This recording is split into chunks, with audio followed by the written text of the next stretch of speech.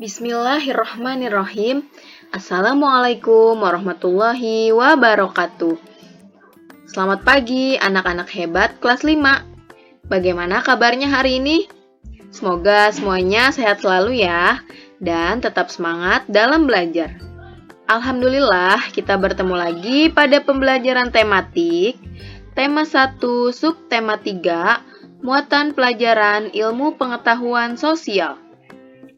Sebelum memulai pembelajaran, mari sama-sama kita membaca basmalah.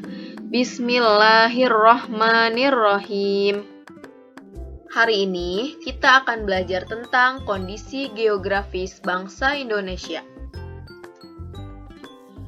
Kondisi geografis Indonesia sebagai negara maritim dan kepulauan. Indonesia merupakan negara maritim.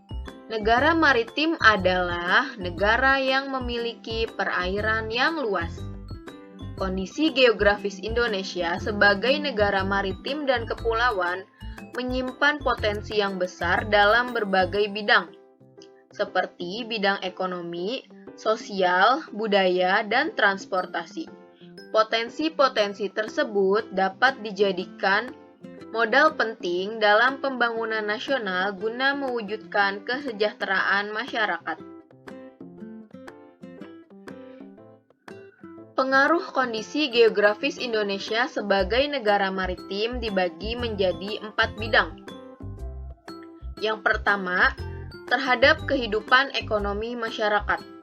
Yang kedua, terhadap kehidupan sosial masyarakat. Yang ketiga, terhadap budaya masyarakat. Dan yang keempat, terhadap transportasi masyarakat. Pengaruh kondisi geografis Indonesia sebagai negara maritim terhadap kehidupan ekonomi masyarakat. Kondisi geografis sebagai negara maritim dan kepulauan membawa banyak keuntungan bagi bangsa Indonesia. Wilayah laut Indonesia yang sangat luas telah diakui secara internasional sebagai negara maritim yang ditetapkan dalam Konvensi Hukum Laut Internasional atau Hukum Perjanjian Laut pada tahun 1982. Adanya konvensi tersebut berarti bangsa Indonesia diberi kewenangan untuk memanfaatkan potensi sumber daya laut.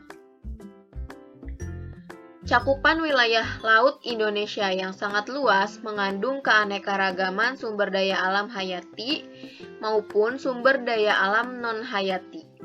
Sumber daya alam laut tersebut antara lain, yang pertama ikan, yang kedua terumbu karang dengan kekayaan biota laut yang bernilai ekonomi tinggi, yang ketiga wisata bahari, yang keempat sumber energi minyak dan gas bumi, yang kelima, bahan mineral, dan yang terakhir, media transportasi antar pulau.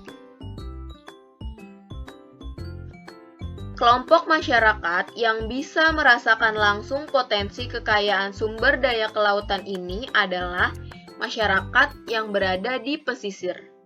Banyak jenis pekerjaan yang bisa diusahakan untuk menunjang kehidupan ekonominya, antara lain nelayan, petani garam, petani kelapa, pembudidaya mutiara, dan pedagang atau pemandu wisata.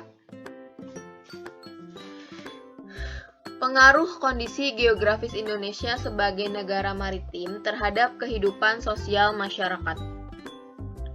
Negara maritim juga memengaruhi kondisi sosial, seperti pertukaran budaya.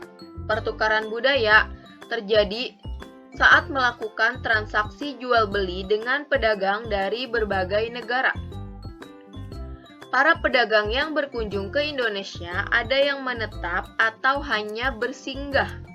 Pedagang yang menetap akan membawa adat budaya dari negara asalnya. Lambat laun, adat budaya yang dibawa tersebut akan berbaur, bercampur, bahkan melebur dengan adat budaya asli Indonesia. Berikut ini beberapa dampak akibat pengaruh kondisi geografis Indonesia terhadap kehidupan sosial masyarakat. Ada dampak positif dan ada dampak negatif. Dampak positif diantaranya yaitu memudahkan komunikasi dan interaksi antar masyarakat. Yang kedua, pengaruh budaya yang baik dari dalam atau luar daerah sehingga memperkaya keragaman budaya.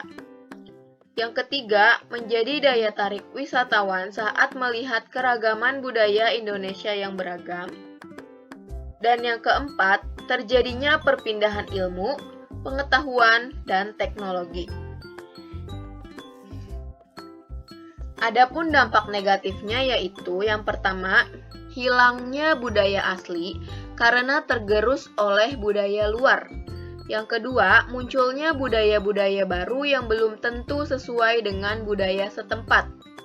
Dan yang ketiga, banyak generasi muda, terutama yang tinggal di perkotaan, yang seringkali mencampur adukan bahasa Indonesia dengan bahasa asing. Pengaruh kondisi geografis Indonesia sebagai negara maritim terhadap kehidupan budaya masyarakat. Kondisi geografis Indonesia berupa kepulauan terdiri atas lebih dari 13.000 pulau dan tersebar dari Sabang sampai Merauke. Kondisi ini mengakibatkan beragamnya budaya bangsa Indonesia. Budaya antara suku bangsa yang satu dengan suku bangsa yang lain juga berbeda-beda, seperti bahasa, adat istiadat, tradisi, dan sistem kepercayaan. Ciri keragaman budaya lokal Indonesia dapat dilihat dari hal-hal berikut. Yang pertama, keberagaman suku bangsa. Yang kedua, keberagaman bahasa. Yang ketiga, keberagaman religi atau agama. Dan yang keempat, keberagaman seni dan budaya. Pengaruh kondisi geografis Indonesia sebagai negara maritim terhadap kehidupan transportasi masyarakat. Kemajuan dan perkembangan bidang transportasi antar pulau akan makin memperkuat persatuan dan kesatuan bangsa. Hal ini akan meningkatkan mobilitas antar pulau sehingga akan memungkinkan terjadinya persebaran dan pertukaran sistem nilai dan budaya antar pulau. Jika sudah terjadi hal yang demikian, setiap pulau termasuk masyarakatnya akan lebih merasa menjadi satu kesatuan dan menjadi bagian penting yang tidak terpisahkan dari NKRI atau Negara Kesatuan Republik Indonesia. Jalur strategis yang bisa digunakan untuk menghubungkan antar pulau yang satu dengan pulau yang lain adalah jalur laut dan jalur udara. Untuk jalur laut, contohnya kapal, dan untuk jalur udara, contohnya pesawat.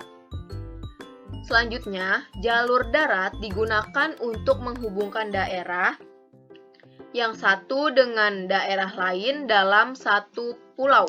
Misalnya, dari Jakarta ke Bandung, itu masih dalam satu pulau, yaitu Pulau Jawa, tapi sudah beda provinsi, beda daerah. Nah, itu bisa ditempuh dengan jalur darat.